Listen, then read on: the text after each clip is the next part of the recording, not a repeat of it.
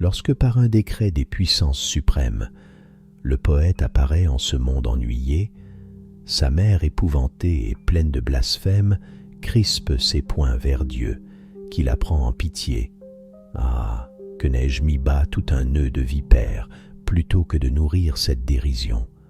Maudite soit la nuit au plaisir éphémère, où mon ventre a conçu mon expiation.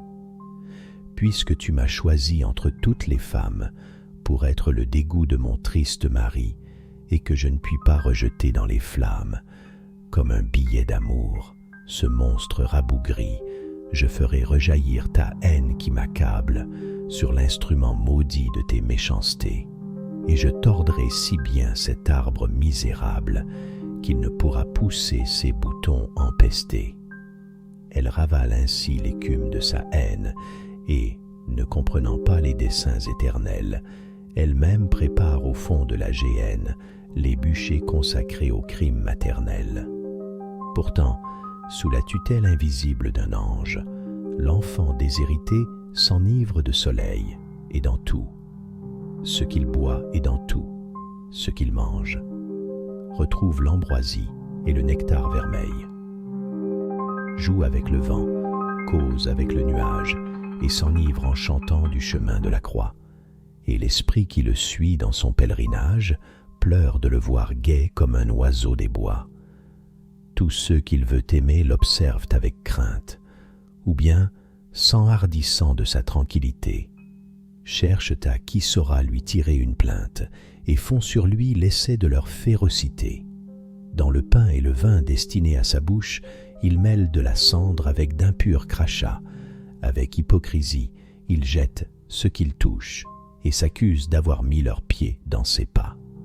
Sa femme va criant sur les places publiques, « Puisqu'il me trouve assez belle pour m'adorer, je ferai le métier des idoles antiques, et comme elle je veux me faire redorer. Et je me saoulerai de nard, d'encens, de myrrhe, de génuflexion, de viande et de vin, pour savoir si je puis dans un cœur qui m'admire usurper en riant les hommages divins.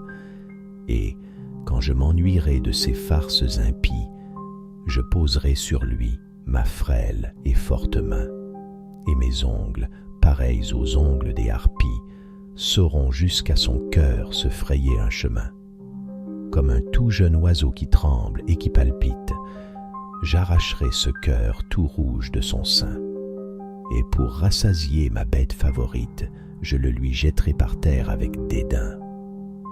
Vers le ciel, où son œil voit un trône splendide, le poète serein lève ses bras pieux, et les vastes éclairs de son esprit lucide lui dérobent l'aspect des peuples furieux. Soyez béni, mon Dieu, qui donnez la souffrance comme un divin remède à nos impuretés, et comme la meilleure et la plus pure essence, qui prépare l'effort aux saintes voluptés. Je sais que vous gardez une place aux poètes, dans les rangs bienheureux des saintes légions, et que vous l'invitez à l'éternelle fête des trônes, des vertus, des dominations.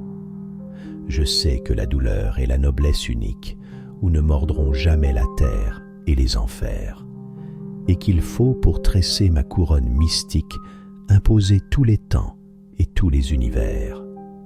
Mais les bijoux perdus de l'antique Palmyre, les métaux inconnus, les perles de la mer, par votre main montée, ne pourraient pas suffire à ce beau diadème éblouissant et clair, car il ne sera fait que de pure lumière, puisée au foyer saint des rayons primitifs, et dont les yeux mortels, dans leur splendeur entière, ne sont que des miroirs obscurcis et plaintifs.